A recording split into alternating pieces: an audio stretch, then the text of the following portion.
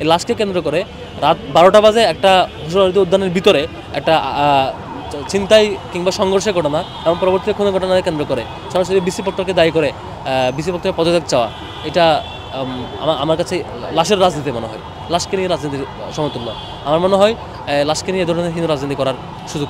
একটা শিক্ষার্থী যেখানে মানে অনিরাপদ একটা জায়গা হয়েছে,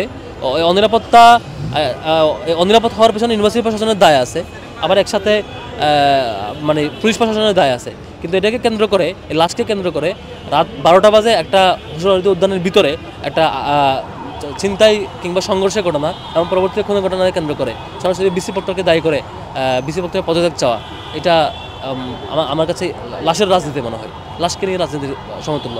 আমার মনে হয় লাশকে নিয়ে এ ধরনের হিন্দু রাজনীতি করার সুযোগ নেই। আর সাধারণ শিক্ষার্থীরা, আমার বিশ্বাস সাধারণ শিক্ষার্থীরা এ ধরনের এখানে দুইটা ইস্যুতে প্রাইম ফ্যাক্টর হবে। একটা হচ্ছে আর কোনো সাম্য যাতে খুন না হয় সেজন্য নিরাপত্তা নিশ্চিত করা, আর হচ্ছে এই সাম্য খুনের বিচারটা নিশ্চিত করা, এই দুটো দাবি প্রাইম হওয়া উচিত। এই হত্যাকাণ্ডের পিছনে কোনো রাজনৈতিক এজেন্ডা রয়েছে বলে মনে হয়? এইটা পুলিশ প্রশাসনের দায়িত্ব। এখন পর্যন্ত আমরা সিসিটিভি ফুটেজ আমরা পাই নাই ঘটনা কীভাবে ভিকটিম অপরাধীকে গ্রেফতার করেছে শুনেছি, কিন্তু পুলিশ প্রশাসন এখনও পর্যন্ত টোটাল ঘটনা নিয়ে আসে না। আমরা যদি এই চক্রটা কখন ঢুকেছে, একসাথে ঢুকেছে কিনা, পরে ঢুকেছে কিনা, রাস্তায় কোনো ক্ল্যাশ হয়েছে কিনা, ভিতরে একসাথে বসছে কিনা, বসলে কী হয়েছে তাদের মধ্যে, ঘটনা কীভাবে সূত্রপাত হয়েছে, প্রত্যেকটা ঘটনা যদি সিসিটিভি ফুটেজ পাওয়া যায় তাহলে আমরা নিশ্চিত হবো এটা ঘটনা কীভাবে ঘটেছে। এটা আমাদের দুর্ভাগ্য যে নিরাপদ ক্যাম্পাসকে নিরাপদ করবার উদ্যোগ বারবার নেওয়ার পরেও একটা চক্র থামাই দেয়।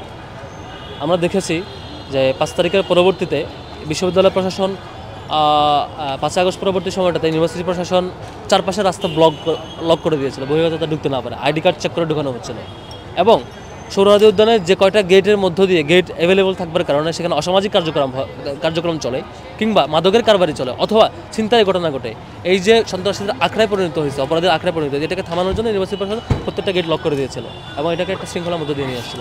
তখন শিক্ষকদের একটা গ্রুপ এবং শিক্ষার্থীদের একটা হীন প্রচেষ্টাকারী একটা গ্রুপ বিশ্ববিদ্যালয় প্রশাসনকে বাধ্য করে এই উদ্যোগ থামাই দিতে এবং বলা হয় এটা ক্যান্টনমেন্ট বানানো হচ্ছে কেন, বলা হয় এটা জনগণের ট্যাক্সের টাকায় চলছে, এটাতে এভাবে নিয়ন্ত্রণ করা হবে কেন, এটা জনগণ আসতে পারবে, এ ধরনের মানে ভালো উদ্যোগগুলোকে বারবার থামাই দেওয়া হয়েছে। ইউনিভার্সিটি প্রশাসনের ব্যর্থতা হচ্ছে এই ছোট্ট একটা গ্রুপের প্রতিবাদের মুখোমুখি হয়ে তারা এটা আমলে নিয়ে সকল শিক্ষার্থীদের যে পালস, যে দাবি ছিল নিরাপদ ক্যাম্পাস, সেই উদ্যোগ থেকে সরে আসছে।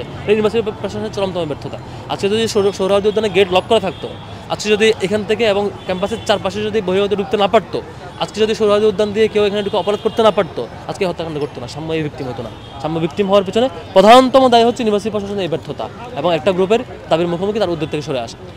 দেখেন, ইউনিভার্সিটি প্রশাসন যদি এই সোহরাওয়ার্দী উদ্যান, বাংলা একাডেমি এলাকা, ভিতরের এলাকা, ক্যাম্পাস এলাকা নিরাপদ করার জন্য উদ্যোগ না নিত, ডাইহার্ট চেষ্টা না করতো, তাহলে আমি ইউনিভার্সিটি প্রশাসনকে এইভাবে দায় দিতাম বিসি পক্ষকে। কিন্তু ডাইহার্ট চেষ্টা করবার পরে তাদেরকে মুখোমুখি করা হয়েছে, মবের মুখোমুখি করা, তাদেরকে হেনস্থা করা হয়েছে উল্টা, যে আপনারা এই উদ্যোগ কেন নিচ্ছেন, কেন ক্যাম্পাস আটকাচ্ছেন, কেন এটা করছেন, এই ধরনের উদ্যোগ নেওয়া হয়েছে। তো এই ধরনের মবের মুখোমুখি হয়ে ইউনিভার্সিটি প্রশাসনরা এক প্রকার বারবার রিপিটেডলি ঘেরাওয়ের মুখোমুখি হয়, প্রক্টর অফিস ঘেরাও, এটা ঘেরাও, এটা ঘেরাও মুখোমুখি, তারা এই উদ্যোগ থেকে ফিরে আসছে। সেই জায়গায় আমি প্রক্টর বিসিকে এভাবে দায় দেওয়ার মতো মানে অবস্থা আমার কাছে নাই। তারা চেষ্টা করেছে, সর্বোচ্চ চেষ্টা করেছে। এখন ব্যর্থতা হচ্ছে ছোট্ট একটা গ্রুপের মুখোমুখি হয়ে তারা ইউনিভার্সিটি প্রশাসন কেন এই উদ্যোগ থেকে ফিরে আসলো, এটা তাদের ব্যর্থতা। কিন্তু তাদেরকে এভাবে সহপাঠীর মৃত্যু ঘটলো, এই বিষয়টাকে আপনি কীভাবে দেখেন যে নিজ ক্যাম্পাসে এইটা তো মানে এটা খুবই কষ্টদায়ক, খুবই বেদনার যে হচ্ছে ঢাকা বিশ্ববিদ্যালয়ের শিক্ষার্থী অনেক স্বপ্ন নিয়ে ইউনিভার্সিটিতে তার পড়াশোনা কন্টিনিউ করে, ফ্যামিলি অনেক স্বপ্ন দেখে, সে এখানে ক্যাম্পাসের সারাউন্ডিংসের বাজে ব্যবস্থাপনার শিকার হয়ে অথবা আশপাশের ক্রিমিনাল জনের শিকার হয়ে একজন মানুষ নিহত হবে, খুনের শিকার হবে, এটা খুবই দুঃখজনক।